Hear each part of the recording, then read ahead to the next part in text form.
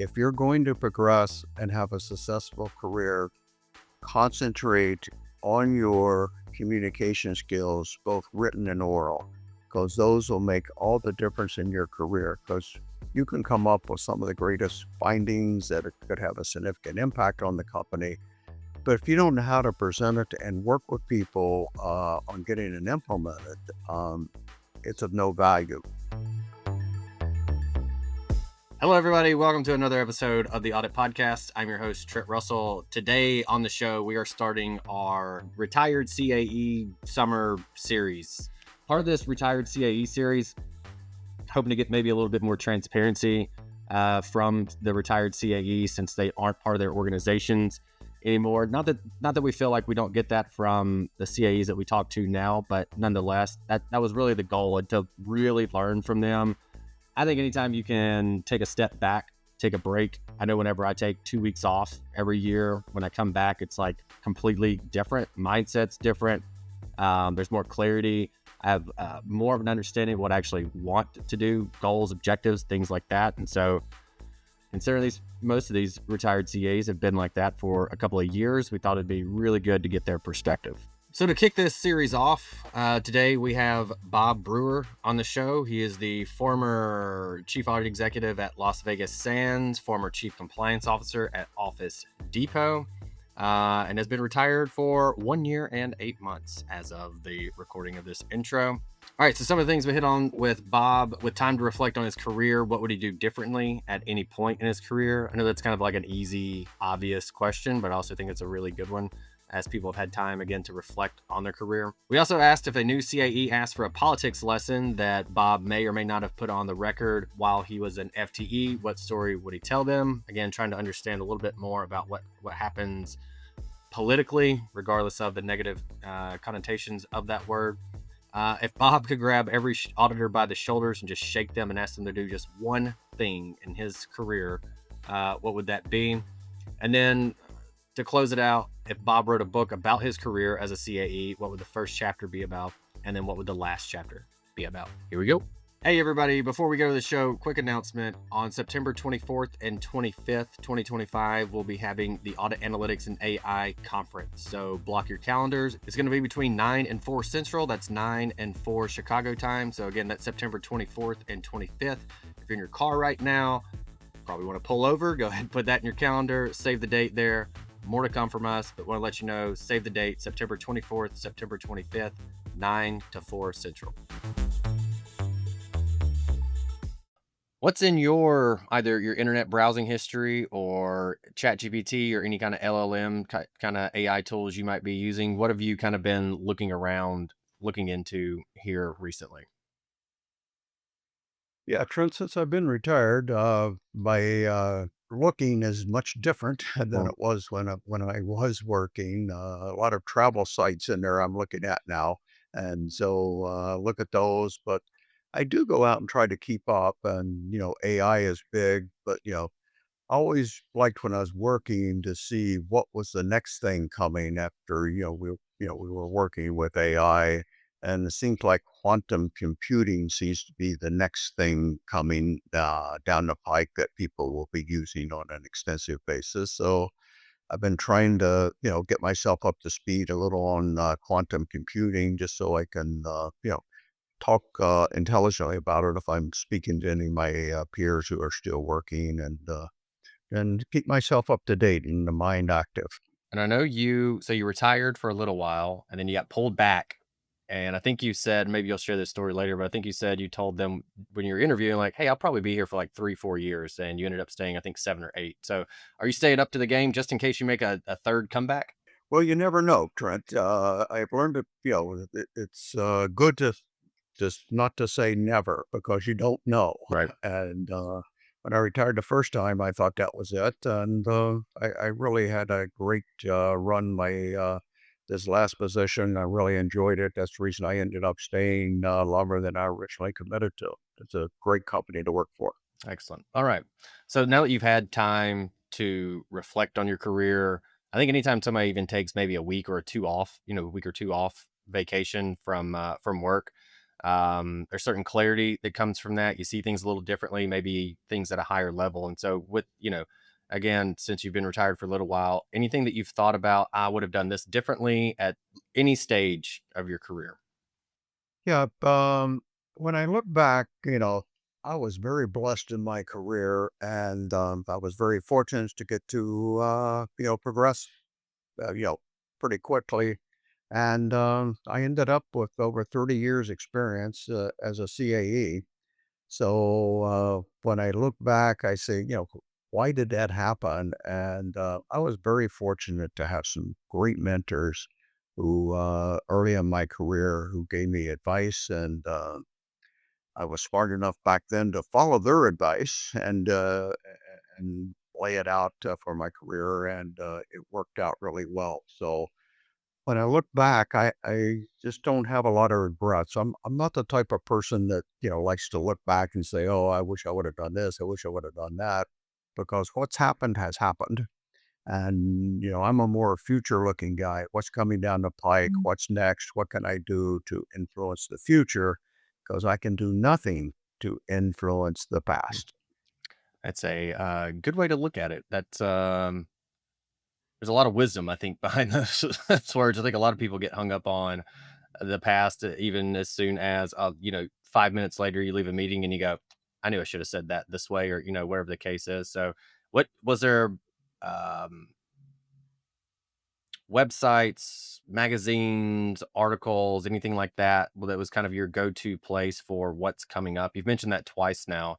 Were there like resources that you would make sure to read, and these are like, oh, these are my go-to resources, so I can see. We can just call it emerging risks if we want to stick to kind of the audit nomenclature. Yes, for the emerging risk, I'd always look at the big four and look at each one of their, perspectives on what the upcoming risk was.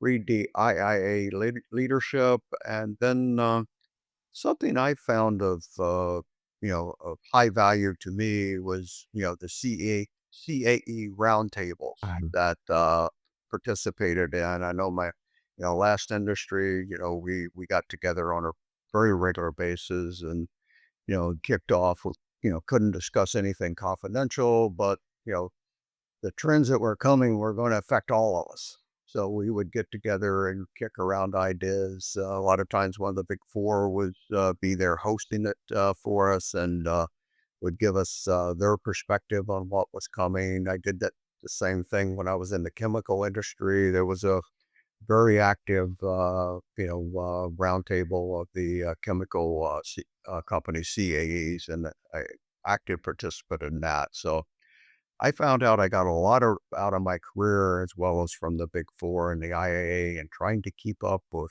where are things coming from. I just facilitated a CAE roundtable for an IA group, and we've done that a few times, and it's pretty impressive what you come away with and seeing what gets discussed there. So all that to say, if there's a CAE, and even if there's not, I really recommend it for anyone, regardless of the level you're at. If there's not a round table type group that you're part of, create one or go find Mm. one. It is crazy valuable to be able to be a part of those. Well, it is because we all read the same literature, and the Big Four come to us, and and they're great about sharing their literature. But then, that's all the theory, and then comes the practical goal where you got to implement and do it, and the issues you're running into. There's where I found real value in the roundtables. Yeah, that's a really good point because there was a few initiatives that people had kicked off that were popular over the years. So that was kind of a topic of conversation as we were talking about AI and the reality of it. And somebody's going like, yeah, we tried this thing, we went pretty hard on like RPA or something like that. And this is the end result. And so they were able to share like, we tried this didn't work for us. This did work for us. And so I think those were really good conversations. It was actually really enjoyed that. So let me plug, if there's any IA chapters looking for someone to facilitate those, please let me know. I had a really good time doing those. But either way, let's say one of the reasons I want to do this kind of retired CAE series is to kind of like pull back the curtain a little bit. I feel like there's some things, probably even amongst the CAE roundtables, I think you do get a bit more of this than you would otherwise. Rarely, if ever, do you see someone post on like LinkedIn or somewhere else, kind of behind the curtain peek at what's going on. Hey, everybody, we're going to take a quick break from our guests. And if you need to get analytics or AI actually working in your internal audit department, or if you already have some of it, you feel like you're not really getting exactly what you need out of it, you know there's more, you're not getting that, go to the show notes, look for the Green Skies Analytics link, click it. On the website, there'll be other links that you can click that'll take you directly to a calendar to schedule time. It's literally 3 clicks to get the time scheduled, to get it figured out. All right, back to the show. So you can kind of take this question any way that you want to, but if there's a new CAE or an aspiring CAE and they ask for a lesson in politics, maybe from your time pre-retirement, that you may or may not have put on record while you were on the job, what story would you tell them? Yeah, politics is a big part of our job. We're managing risk, and everybody has their own version and then their own risk appetite. So, when the CAE is in there, evaluating risk, there's always a tendency to have a lot of discussion around that. And I'll share one incident with you, and this was heavy with politics. And as I go through it, I think you'll get appreciation for that. Um, I had a whistleblower. He showed up in my office. I looked up from my desk, and there's a guy standing there, and he came in, wanted to know if he could talk with me, and I said yes. He came in, and he described a situation for me that he thought was inappropriate that was going on within the company. And I listened to him and took some notes, and then I asked if I had his permission to share that, who, him, as well as what he was, the situation he was going over. And he said, yes, I'm open to that. And anybody that wants to talk to me, I'm free to talk to them about that. So I won't go into all the details of that. I'll go into what happened as a result of that. There was an investigation of the matter, and that resulted in, the SEC getting involved. And then within the company had a set of lawyers. The audit committee had a separate set of lawyers, and then the key executives that were involved in this had their own lawyers. So there were a lot of lawyers involved. And then I was told I would report to the audit committee's attorney during this investigative period, which took months. So I think you can see the natural conflicts that came up as we went through that, and me being reporting into him. I wasn't running the department. I asked the number 2 person in the department to take over running it on a day-to-day basis because we were working long hours, and there wasn't any hours left in the day to spend on the regular group. I ended up testifying twice in front of the SEC and going over the details and the facts as I knew them. When it was concluded, the SEC ended up finding the company as well as some individuals within the company.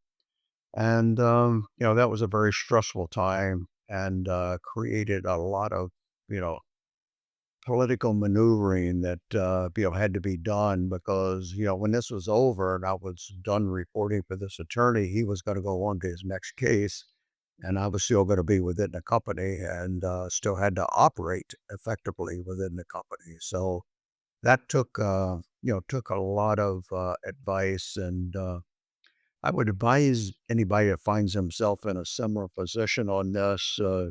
Is, stick to the facts, whoever you're talking to on this. I had opinions along the way, but I kept my opinions to myself and dealt with the facts and presented the facts and kept all the discussions fact based. And I think that helped me at the end when, it was over and done. All the lawyers are going, I still got my day job of being a CAE then and have to go back to it. That people could look at me and say, okay, we did enjoy that. That wasn't fun. And, but, when Bob was involved, we could see that he was sticking to the facts and letting the other people draw the conclusions, because it wasn't my job to draw the conclusion. The SEC would draw their own conclusions based upon the facts we present. And I found out dealing with the SEC, you want to be 100%, honest, forthright. Don't try to be cutesy with them. And if you do that, you'll get you'll get respect from them, and it goes at the end of the day better for the company and all the people involved if you take that approach with them and deal with them. So that was a political situation. I hope none of the CAEs that end up watching this end up in. I went a long time in my career before I ever got involved in one, and it was it turned out to be really a learning experience. And when you're going through it, it is zero fun. But when you look back at it, you really learn. I learned a tremendous amount in a short time period. The We've had another CAE on. This is years ago who had dealt with a not a similar problem, but similar in terms of how big of a deal it was, if we put it like that, and shared very similar advice. And I just stuck to the facts. Here's the facts. I just tried to stick to those. I tried not to get emotional around those and just tried to, like you said, state the facts. So I think that's a very, very good takeaway for folks that will likely end up in a pretty high stress political situation at some point, maybe not to the degree that the one that you were in, but at some point, and I think that's really solid advice. But I did want to provide maybe some context around that and the severity of this, and in terms of, so for those that are listening are like, "Oh, I had no idea, like it would really get that serious in what we do. I just test controls and put them in an audit report." So, how would you say how maybe common is what happened in that situation for other folks? Yeah, it's not something that's going to happen to every CAE. They're going to be in political and stressful situations, but going in front of the SEC is not something that's going to happen to everyone. And, you go out and read the literature, you don't find any literature on how to talk to the SEC and how to do it. I was fortunate the attorney that the audit committee had hired was highly experienced, and he gave me a lot of really great coaching. And his one was, Bob, keep the emotions out of it, stick to the facts, and don't make them pull every ounce of information out of you. Yeah, Be upfront with them and be forthright with them, and we're going to be fine. The facts are what the facts are, yeah, and then they'll make the judgment they make. So he really coached me through this. So if you get into it, hopefully you have a great attorney, because I didn't get to pick the attorney, obviously. The audit committee picked the attorney, and they did a fantastic job, you know, picking the attorney. yeah. That's nice. I always say when it comes, there's everybody's got their own lawyer joke, but mine is always, I love my lawyer. I just hate everybody else's lawyers. Like I really like mine. I just don't like everybody else's. So sounds like you might have been it might have been similar for you, but all right. Well, one of my favorite. Yes, and through my career, I've had other cases to use attorneys, and I tell you, a good attorney, I know their hourly rate makes you choke when you see what you have to pay them per hour, but if you get a good one, they're worth every dollar you spend on it. And the good ones are very efficient too. They aren't there to run the hours up. And it's the ones that aren't so good will sometimes try to run the hours up because they don't have as many jobs going. Yeah.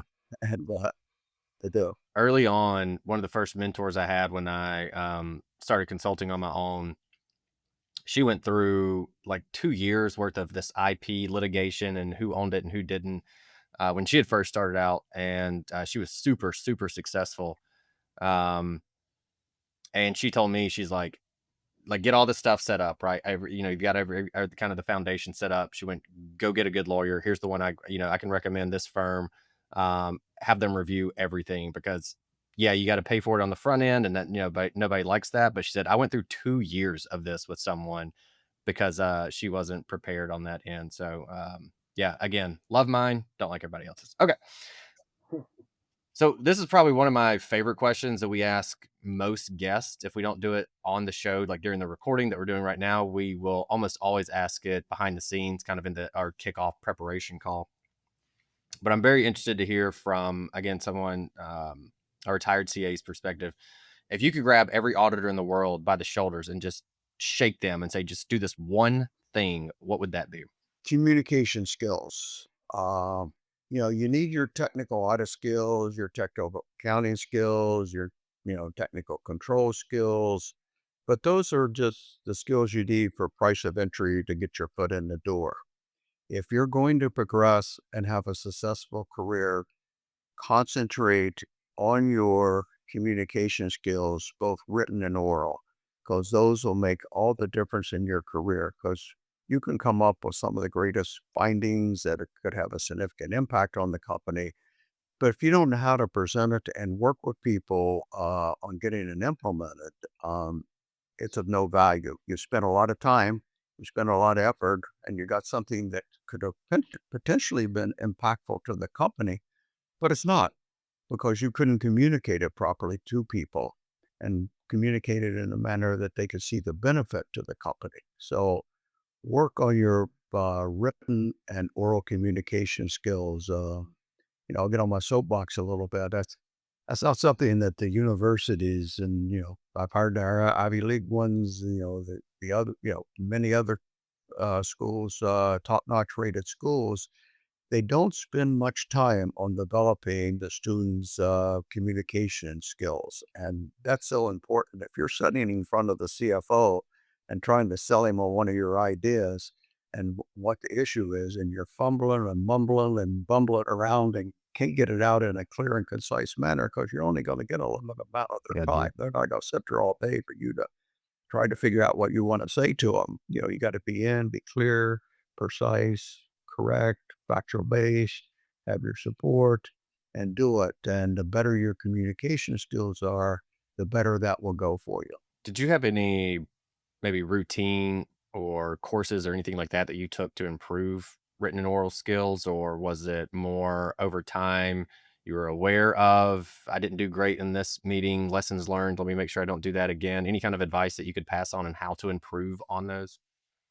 Yeah, I was fortunate when I was, early in my career, I was working for a Fortune 50 company. And if you got in the hypo group, the high potential group, they had a set of courses they took you, you know, uh, sent you to. And one of the ones that I got sent to was a week-long public speaking course. And it was intense. I mean, we went every day, long hours, and then they gave you a bunch of homework, and you're in front of the camera, and every word you said was critiqued, and you were, evaluated, and then. But I tell you, at the end of the week, it was so much different, and for every one of us in that class, and this was not just CAEs. This was, people in a lot of different, disciplines. And I think that was probably the most beneficial course that I was fortunate to be able to attend as I was, learning my craft and wanting to progress. Okay.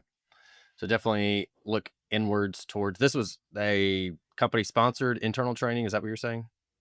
No, no, this was an outside course. They sent us that the company I was working for was headquartered in New York. This was based in Boston. And so I went up and spent a week in Boston and in front of the video camera, me and all my classmates many, many times every day and critiqued, by each other as well as by the instructor who was very good. And we went through and did that. And it was intense. If there's anyone in the Boston area or somewhere close, do you recall what that course was? Now, it was a public speaking course, but, you know, and obviously there's some difference between public speaking and speaking within a company, but they aren't significant on, increasing your skill set on the ability to do it because you're presenting, as a CAE to your audit committees, which is made up of outside directors. And the better you are at it, the better it will work for you and for them in getting your message across. So I found I was much better in front of the audit committee from attending this 1 week course as I was developing. But they had everybody in their hypo list go through that, Got it. and I was fortunate to get to go. So it wasn't fun, especially at the first when we realized all the things that we could be doing much better. But by the end of the week, we had, course corrected that. And then one of the things I found very useful was, being active in your IIA chapter and then presenting it to chapter meetings. You're in a more safe environment that you than you are, sitting in front of the audit committee. Your peers and they'll be supportive of you and other people. So I got active in that. I was very active in the AICPA. I got on the speaking tour of conferences. I would go speak at those. So, worked hard to, hone my skills in that area. And you can never get too good at it. Okay. If you were to write a book about your career, what would the first chapter be about?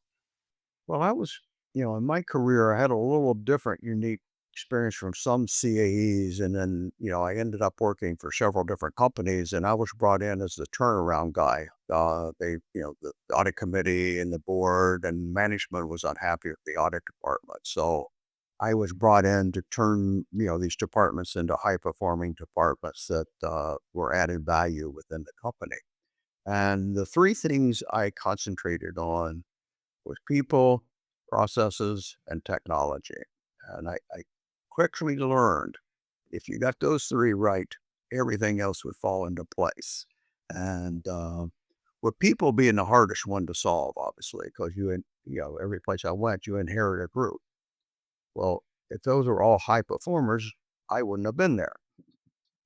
So you had to, quickly figure out who wanted to be there, who was willing to change, who was willing, to take coaching and, work, willing to spend, a lot of effort with people to bring their skill set up if they were willing to learn. And so that, then, I found out early on that people made their decisions. Yeah, this is the kind of group I want to be with. This is going to be much different to what I've been doing, and I'm willing to do it and put in the work and effort to get it done. Or nah, he's going down a path that I'm not suited for and don't have the skill set for. And then they would self-select them out. I rarely had to actually get rid of somebody. So I was, fortunate in that because, they're people, they got families, they got lives, and, if they recognize that's not the right spot, then that's easier for them to make that decision and move on and, they can be happy. And I said, anytime you want to stop by and have a cup of coffee, glad to do that. And, they go on and they find something that they're happier doing in their career. So, you know, there's where I found the reward is in the development of people and seeing people, progress and, move up the ladder themselves and become CAEs, is the most rewarding part of the job. But, I concentrated on those three areas. What about the last chapter in that book? What would that be about? Well, there you look back and, and, I was fortunate when I've had that chance because, I've been retired now for, about a year and, my second retirement. And, as we mentioned, and, I look back and, you celebrate the wins and you look and you look at where people are. I still mentor some people that have worked for me 2 or 3 companies ago that, they still call me and, ask for advice on this and, or, they're having this situation. They don't, give me the details of any of the confidential information, but they describe a situation and how to, get some input handling it. And I really enjoy doing that. And, when you look back at your career, you have to realize you are responsible for your career. Your boss is not responsible for your career. The audit committee is not responsible for your career. you are responsible for your career. So if it hasn't worked out, you know, it's because you didn't do something right. So you have to be honest with yourself and look yourself in the mirror and say, well, if I'm not happy, it's because of me. I had the opportunities. Did I take advantage of the opportunities? Did I put the hard work and the effort in to achieve those, goals that I set for myself? Because I find setting goals a very important part. I would set my personal goals, and every year, had to improve the department that I was running, whatever company or industry I was in. What things are we going to do different? And on more than one occasion, some of my direct reports would say, Bob, can't we have a break this year? Do we always have to do it better? And I said, yes, because if you don't do it better, that's how you become extinct. I said, the world doesn't stand still for us or anybody else. And I said, you have to constantly be reinventing yourself and striving for doing things more efficient and better. And probably got that from my time in the manufacturing world. Yeah. And you're always stressing how you can tweak a quarter of a percent of a penny out of a cost, and you multiply it by the billions of units you're making. It added up to some significant money. So you're always doing that. So that fed into other groups, and I'm a big believer in constant improving and constant learning. Yeah, I think I can appreciate that. If nothing else, if I have to do the same thing over and over and over, even year over year, I get pretty bored with it. And so we've always tried to take the approach of let's try to make this thing a little bit better every single time, including we do it with the podcast, we do it with a conference that we host, and internally our processes here also.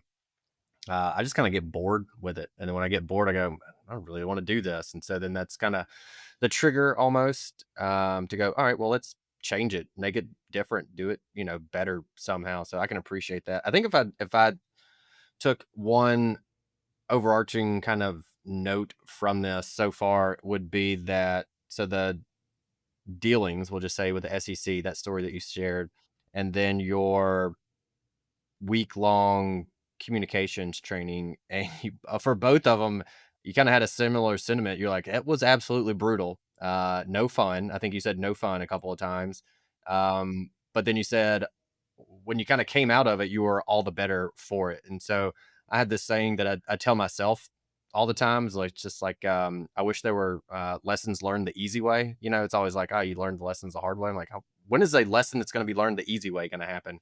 Um, so I think that's something that I'm taking away from this is if you don't go through kind of the suck, then you're probably not going to be better on the other end of it. So I appreciate that perspective that I now have even more so from you from talking to you. But anyway, with that said, I did want to leave the let the listeners hear you and kind of your final thoughts to kind of close out the show. So I will throw it to you. The stage is yours. What do you want to leave the audience with? Well, where I come from on this and is, you know, whatever you end up deciding to do, because an accounting degree, I got my MBA as well, you have a lot of avenues of choice and where you want to go. Do you want to, try to become the CEO? Do you want to try to become the CFO? Do you want to be the CAE? Or do you want to go into marketing? Because with the accounting degrees and also with being in it, internal audit, seeing the whole company come into different disciplines with a more holistic perspective, you can do that. So what you want to do is, find something you love, because if you don't love it, you're not going to put that extra effort in on a consistent basis. So find something you love to do it to the utmost best of your ability, and work very hard at it. And you'll look back and say, wow, I not only had a successful career, I enjoyed doing it. And I had some fun doing it along the way, because you're going to spend a lot of hours at work. And so if you're there just to get a paycheck, you probably won't end up being a CAE or a CFO or the CEO. the people that get into, the upper levels and into executive management, they love what you're doing, and they do it, and they put the extra effort in to be successful at it and to stay on top. I mean, if you look at top athletes, they're usually the ones that practice first and leave practice last, and they're extremely talented, but they know they got to continue to put that extra effort in if they want to be one of the best.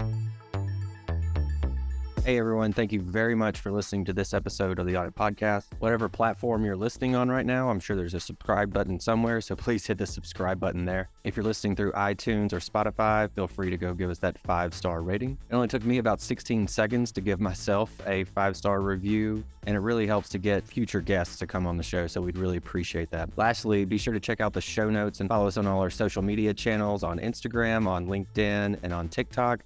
Also, if interested, please sign up for our weekly newsletter from the Audit Podcast. Thank you all. Have a great one.